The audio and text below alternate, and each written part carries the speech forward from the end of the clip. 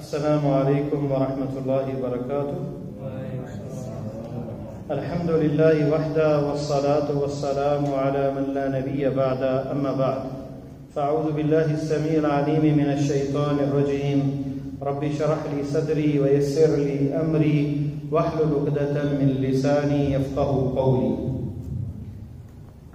معزز سامعین اور ناظرین، آج کی ہماری نشست جو ہے کتاب العبادات باب الحج والاعتمار۔ ابھی ویسے بھی حج آنے والی ہے، رمضان کے اندر عمرہ ہوگا اور رمضان میں عمرے کا ثواب حج کے برابر ہے، اور ان مسائل پہ بات ہوگی، ان کے فضائل پہ بات ہوگی، حج اور عمرے کی کیا فضیلت ہے۔ حج اور عمرے کی فضیلت کے بارے میں حدیث ابو ہریرہ رضی اللہ تعالی عنہ سے ہے، اور یہ حدیث صحیح مسلم کے اندر ہے۔ صحیح بخاری میں باب فضل الحج المبرور، ابو ہریرہ رضی اللہ تعالیٰ عنہ فرماتے ہیں قال سمعت النبی صلی اللہ علیہ وسلم، میں نے نبی صلی اللہ علیہ وسلم سے سنا، یقول، آپ کہتے تھے، من حج للہ فلم یرفث ولم یفسق رجع کیوم ولدته امہ، جس نے حج کیا اور اس میں فسوق یعنی کوئی بد اخلاقی گالی گلوچ نہیں نکالا، لم یرفث بری حرکت، اس نے گندی حرکت نہیں کوئی کی، تو ایسے لوٹا رجع کیوم ولدته امہ، گویا اس کی ماں نے اسے آج جنا ہے، یعنی اس کے سارے گناہ معاف ہو جاتے ہیں۔ اور فی روایت مسلم، صحیح مسلم کی روایت کے اندر یہ لفظ ہیں، عن ابی ہریرہ رضی اللہ عنہ قال قال رسول اللہ صلی اللہ علیہ وسلم، رسول اللہ صلی اللہ علیہ وسلم نے فرمایا، ابو ہریرہ فرماتے ہیں، من اتی ھذا البیت فلم یرفث ولم یفسق رجع کما ولدته امہ، وہی لفظ ہیں، تھوڑا سا فرق ہے، جو اس گھر کی طرف آیا یعنی بیت اللہ کی طرف، اور فسق و فجور کا اس نے کوئی کام نہیں کیا، نہ کوئی اپنی حرکت ایسی گندی کی، نہ زبان سے نہ اپنے ہاتھ سے، تو ایسے لوٹا جیسے اس کی ماں نے آج اسے جنا ہو۔ یہ صحیح مسلم میں ہے۔ وفی روایت، اور ایک روایت میں ہے، عن ابی ہریرہ رضی اللہ عنہ، راوی ابو ہریرہ ہی ہے، اور یہ جامع ترمذی میں ہے، آپ نے فرمایا من حج فلم یرفث ولم یفسق غفر له ما تقدم من ذنبہ، اس کے پچھلے سارے گناہ معاف ہو جاتے ہیں، جس نے کوئی فسق و فجور کا کوئی کام نہ کیا حج کے دوران۔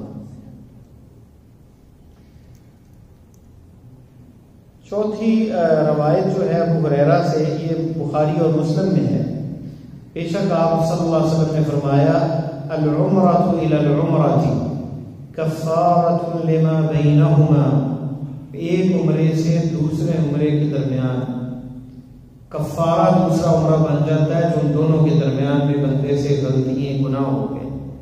العمرۃ الی العمرۃ کفارۃ بینہما، ایک عمرے سے دوسرا عمرہ جو ہے وہ کفارہ بن جاتا ہے، دوسرا عمرہ پہلے عمرے کے درمیان میں جو گناہ ہوئے ہیں، صغیرہ گناہ، کبیرہ گناہ کے لیے توبہ کی ضرورت ہوتی ہے۔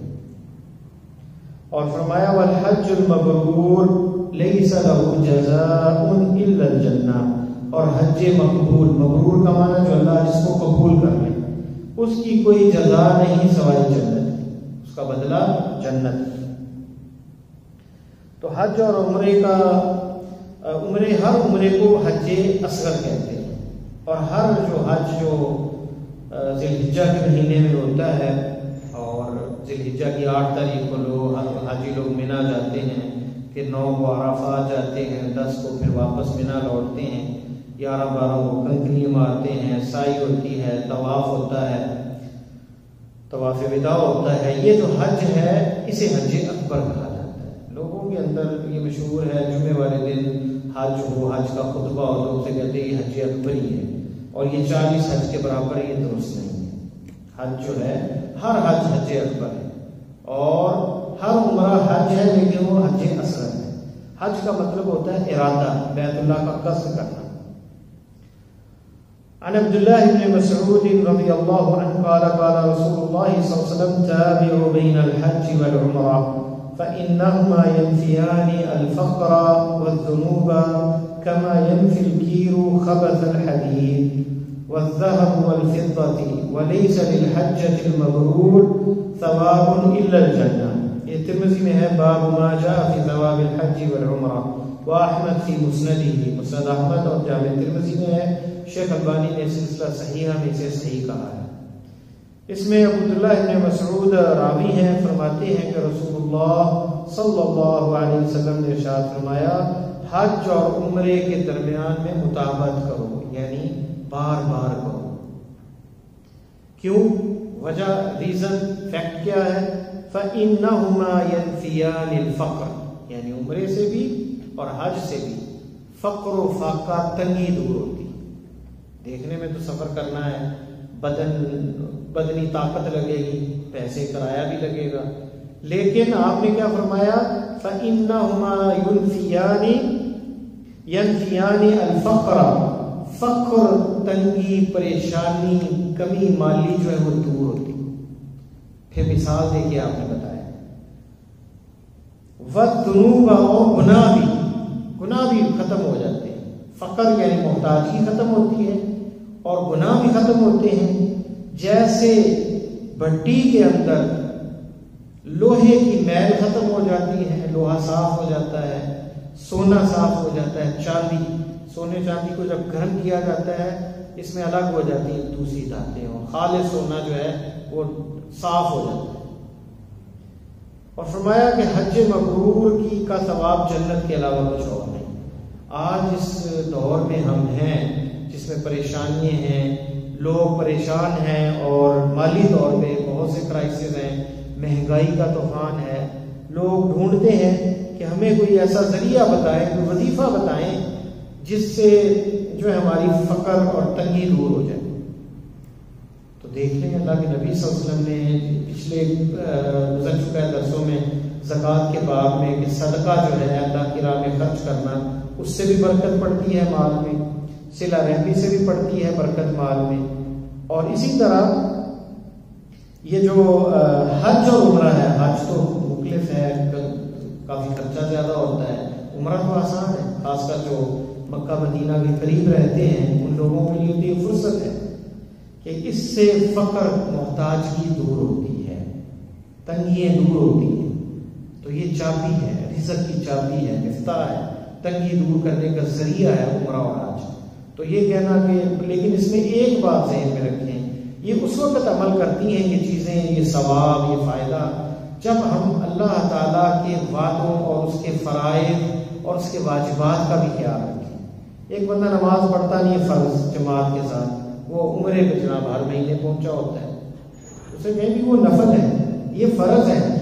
فرض کو چھوڑ کر نفل کے پیچھے جا رہے ہو، پہلے فرض ادا کرو پھر نفل کی طرف جاؤ، پھر فائدہ ہوگا. فرض کو ادا کرو گے، کیونکہ کبیرہ گناہوں میں سے ہے فرض نماز کو چھوڑنا. شرک کے بعد جو بڑے کبیرہ گناہ ہیں ان میں کسی نفس کا قتل کرنا اور فرض نماز کو چھوڑنا بغیر عذر کے. تو کبیرہ گناہ کا بندہ مرتکب ہو اور کہے کہ میرے مال میں برکت نہیں ہوئی، میں عمرے تو بڑے کرتا ہوں، میری تو تنگی دور نہیں ہوئی. کیسے تنگی دور ہو بھائی؟ پہلے فرائض ادا کرو، پھر نوافل کی طرف آؤ، پھر دیکھو فائدہ کیسا ہوتا ہے. تو اس حدیث کے اندر آپ نے دو چیزیں بتائی ہیں. ایک ہے گناہ، اور گناہ کا معاف ہونا یہ بہت بڑا فضل ہے. پیسے تو آنے جانے والی چیز ہے، بندے کو لاکھوں یا بلینز مل جائیں تو وہ آخرت اس کی نہیں سنوار سکتے.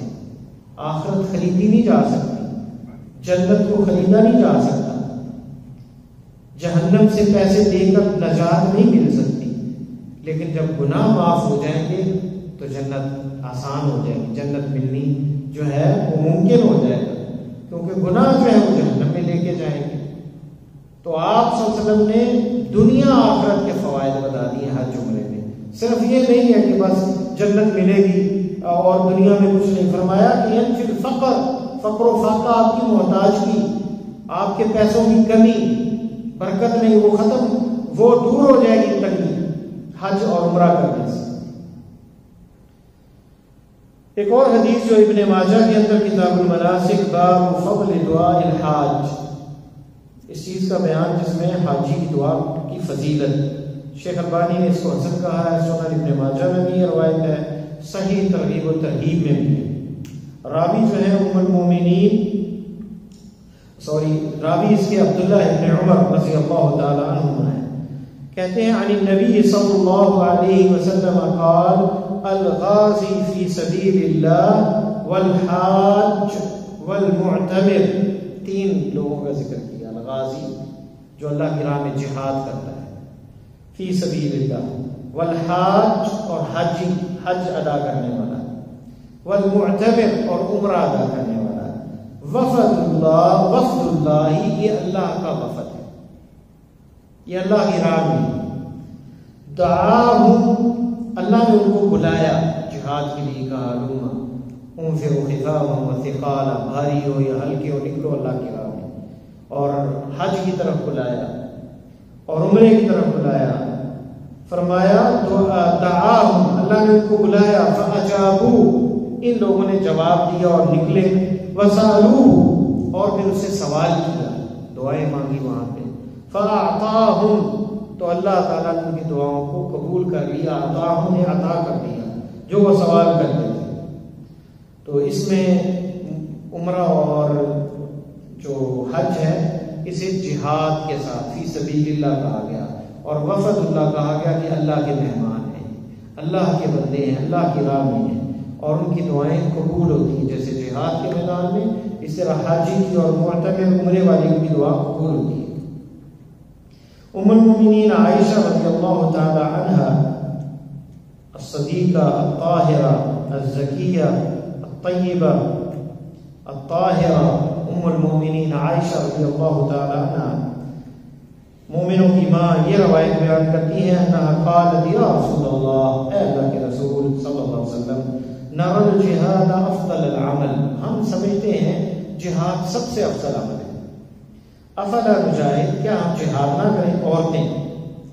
قال لا، فرمایا نہیں، لیکن افضل الجہاد حج مبرور، عورتوں کے لیے افضل جہاد کیا ہے؟ حج مقبول، جو سنت کے مطابق کیا جائے، حج مبرور جو حج قبول ہو جائے۔ اور یہ روایت صحیح بخاری میں کتاب الحج میں ہے، باب حج النساء۔ تو دیکھیں اس میں یعنی عورتوں کے لیے افضل ترین جہاد کیا ہے؟ حج ہے، اور حج مبرور خاص کر۔ وفی روایت النساء عن عائشہ، اور سنن نسائی کے اندر عائشہ رضی اللہ تعالی عنہا ام المؤمنین رضی اللہ عنہا سے اس طرح لفظ ہے، قالت قلت یا رسول اللہ، میں نے کہا اللہ کے رسول، الا نغزو، کہ ہم جہاد نہ کریں، ونجاہد معکم، تمہارے اور آپ لوگوں کے ساتھ جہاد میں جائیں۔ فقال لیکن احسن الجہاد واجملہ، لیکن اچھا جہاد، بہترین جہاد اور خوبصورت جہاد جو ہے وہ اجملہ الحج، حج ہے، حج المبرور، حج مبرور جو سنت کے مطابق ہو اور جس میں کوئی فسوق و فجور والا کام نہ کیا جائے۔ فقالت عائشہ فلا ادع الحج بعد اذ سمعت هذا من رسول اللہ صلی اللہ علیہ وسلم۔ عائشہ رضی اللہ تعالیٰ عنہ کہتی ہیں، سنن نسائی میں ہے کہ اس کے بعد میں حج کو فلا ادع الحج، حج نہیں چھوڑوں گی، جب سے میں نے حج نہیں چھوڑا جب سے میں نے رسول اللہ صلی اللہ علیہ وسلم سے یہ سنا۔ اور ایک روایت میں یہ ہے، اور یہ پہلے گزر چکی ہے، ان عائشہ بنت طلحہ قالت اخبرتنی ام المؤمنین، طلحہ رضی اللہ عنہ کی بیٹی ہے عائشہ ایک اور، انہوں نے ام المؤمنین عائشہ بنت صدیق رضی اللہ تعالی عنہ ان سے روایت بیان کی ہے، قالت قلت یا رسول اللہ، میں نے کہا اللہ کے رسول، الا نخرج فنجاہد معک، کیا ہم نکلیں نا اور آپ کے ساتھ جہاد کریں؟ فنجاہد معک فانی لا ارى عملا فی القرآن افضل من الجہاد، میں قرآن میں نہیں پاتی جہاد سے افضل کوئی عمل۔ قال لا، آپ نے فرمایا نہیں، ولكن احسن الجہاد واجملہ حج البیت حج المبرور، لیکن سب سے اچھا جو جہاد ہے، لا نہیں، لیکن احسن الجہادی و اجمل، سب سے اچھا جہاد اور سب سے خوبصورت کیا ہے؟ بیت اللہ کا حج کرنا، حج مبرور، اور ایسا حج جس کو اللہ تعالیٰ قبول کر لے۔ تو فضائل حج اور عمرے میں بہت سی احادیث وارد ہیں، اور یہ جو احادیث ہیں ان میں ایک یہ بھی ہے کہ کعبہ کی طرف نکلنے کا ثواب۔ تو عبداللہ ابن عمر رضی اللہ تعالیٰ عنہما سے حدیث ہے، اور یہ حدیث مصنف عبدالرزاق میں ہے، طبرانی نے اپنی معجم الکبیر میں ذکر کیا، شیخ البانی نے صحیح الجامع میں اسے حسن کہا ہے۔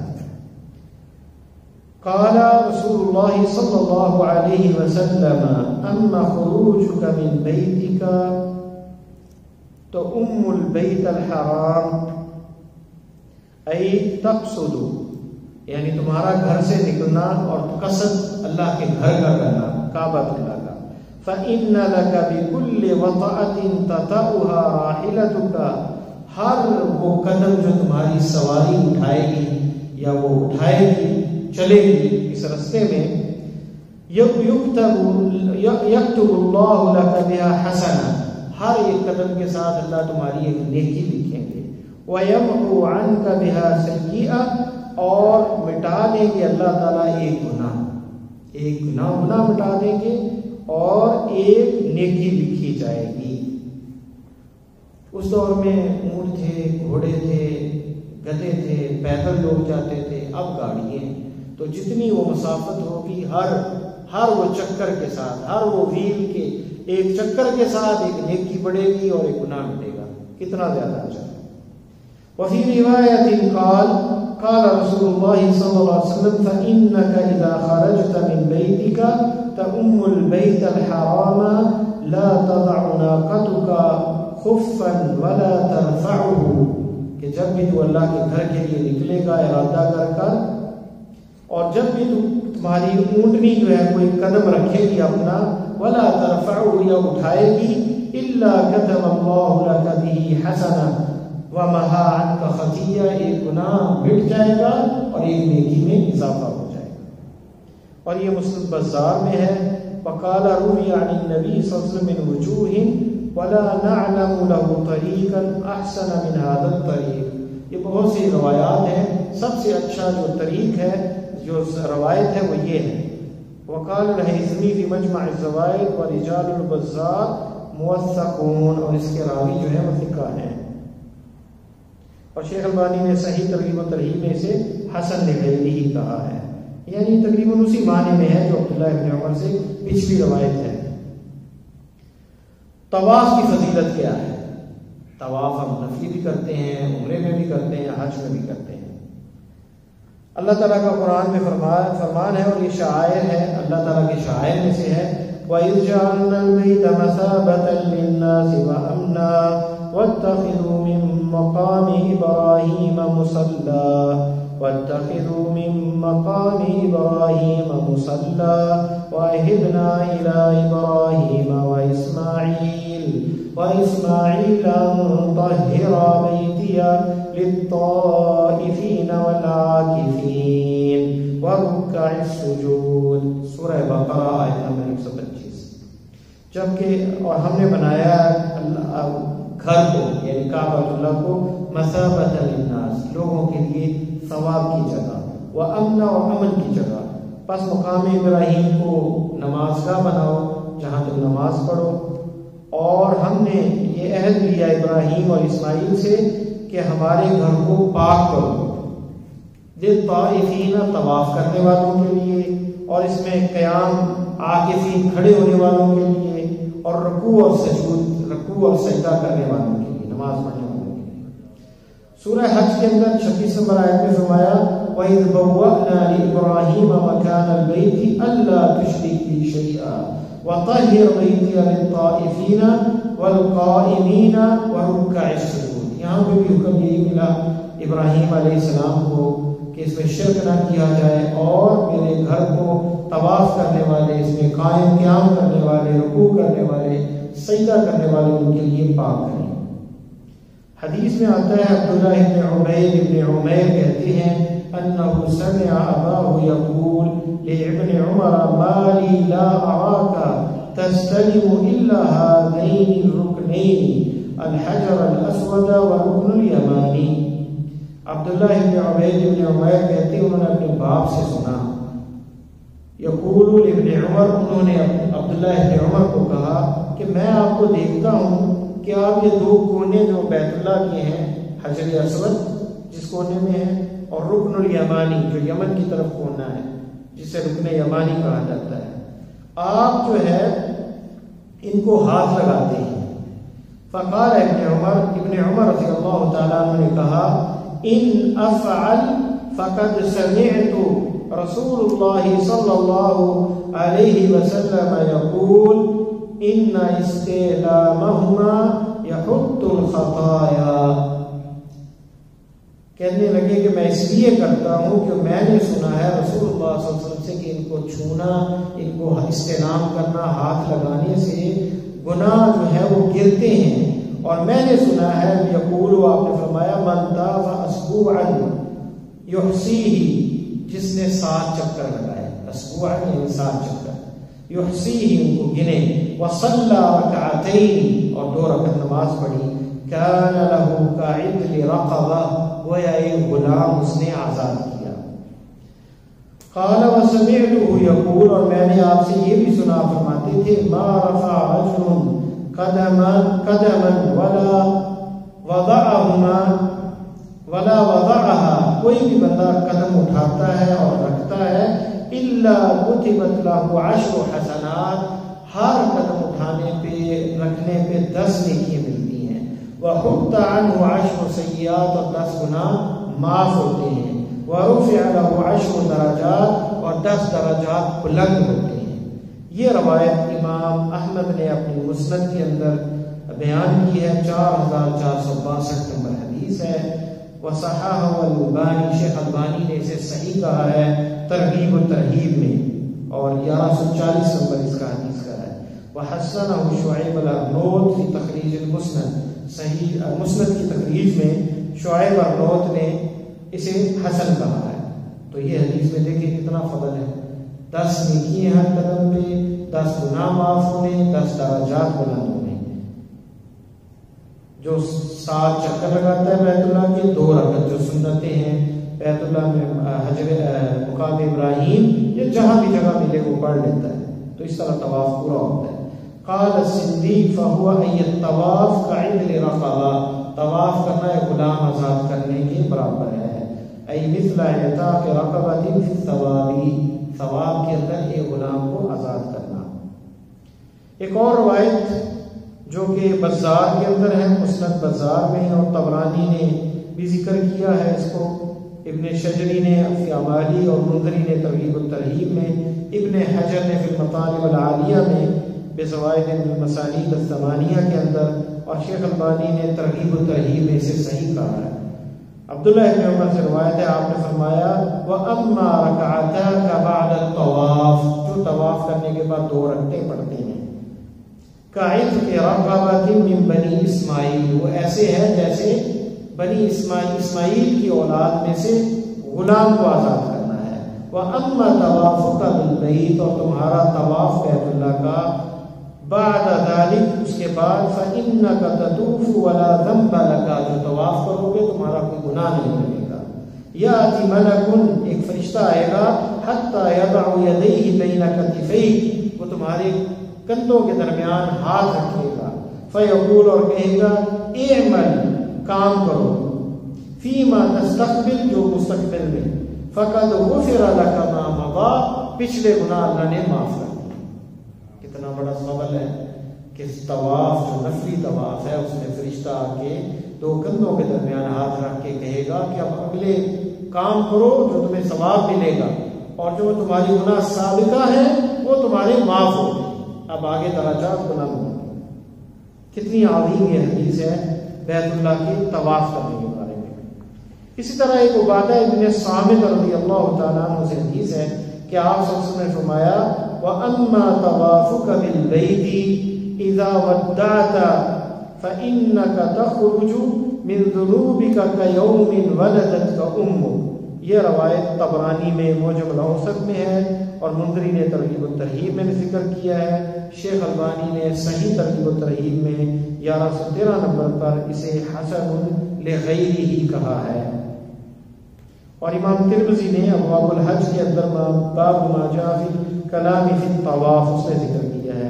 اور بزار نے اپنی مسند میں اور ابو یعلا نے اپنی مسند میں، امام البیہقی نے سنن الکبریٰ میں، اور شیخ البانی نے اسے جو ہے صحیح سنن ترمذی میں ذکر کیا ہے 960 نمبر. تو یہ حدیث کیا ہے؟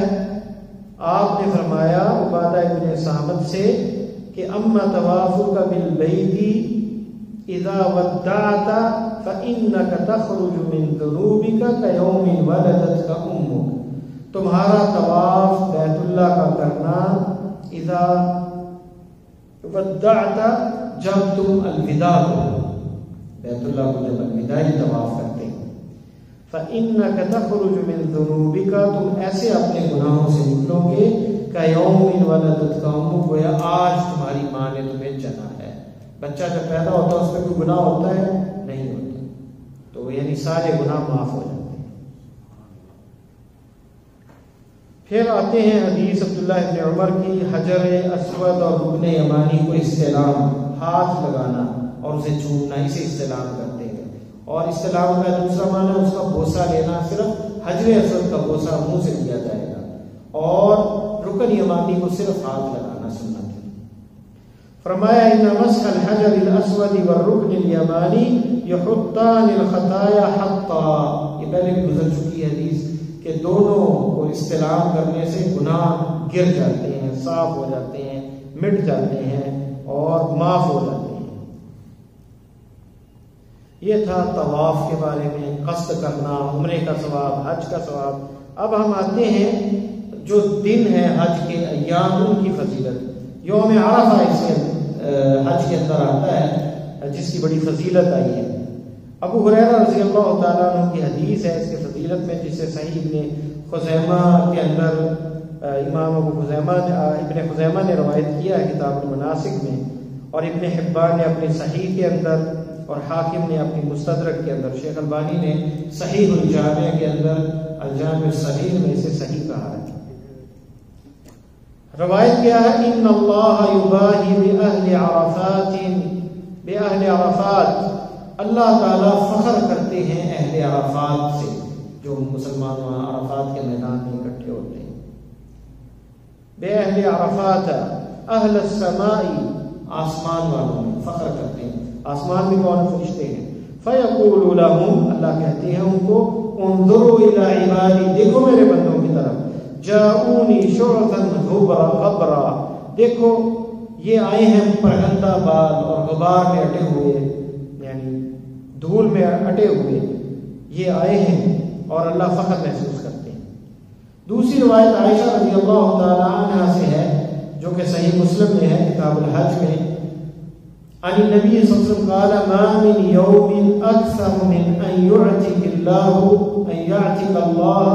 يعتق الله فيه عبيدا من النار من يوم عرفة وإنه يدنو ثم يباهي بهم الملائكة فيقول ما أراد هؤلاء. عائشہ رضی اللہ تعالی عنہ ام المؤمنین فرماتی ہیں، نبی علیہ السلام سے روایت کرتی ہیں کہ آپ صلی اللہ علیہ وسلم نے ارشاد فرمایا کہ کوئی بھی ایسا دن نہیں جس دن اللہ تعالیٰ اتنے لوگوں کو آگ سے آزاد کرتے ہیں جو عرفہ کے دن کا مقابلہ کر سکے. یعنی عرفہ کے دن سب سے زیادہ لوگوں کو اللہ تعالیٰ جہنم کی آگ سے آزاد کرتے ہیں. وَإِنَّهُ يَدْنُو، وہ قریب ہوتے ہیں اللہ تعالیٰ. ثُمَّ يُبَاهِي بِهِمُ الْمَلَائِكَةُ، پھر فرشتوں میں فخر کرتے ہیں اللہ تعالیٰ، رشک کرتے ہیں ان لوگوں پر اور کہتے ہیں کیا یہ کس ارادے سے آئے ہیں؟ یقیناً گناہوں کی معافی کے لیے، اللہ کو راضی کرنے کے لیے. تو کس لیے یہ آئے ہیں کہ اللہ تعالیٰ انہیں فرشتوں کو کہتے ہوئے رشک کرتے ہیں ان لوگوں پر. تو دیکھیں یوم عرفہ کے دن کی کیا فضیلت ہے، کتنا شاندار آپ صلی اللہ علیہ وسلم نے جو ہے بتایا عرفہ کے دن کے بارے میں. انشاءاللہ تعالیٰ ہم جو ہے جمرات کے بارے میں اور پھر اسی طرح جو ہے حلق الشعر بالوں کے مونڈنے کا کیا اجر ہے، اور جو چیزیں اس میں ہیں ذکر اور دعائیں جو آتی ہیں، تو یہ ان کا انشاءاللہ تعالیٰ پھر ہم آگے مکمل کریں گے. یہیں پہ رکتے ہیں. اللہ سے دعا ہے کہ اللہ مجھے اور آپ کو قرآن و سنت پر عمل کرنے کی توفیق عطا فرمائے، اور اللہ تعالیٰ خاتمہ ہمارا ایمان پہ فرمائے.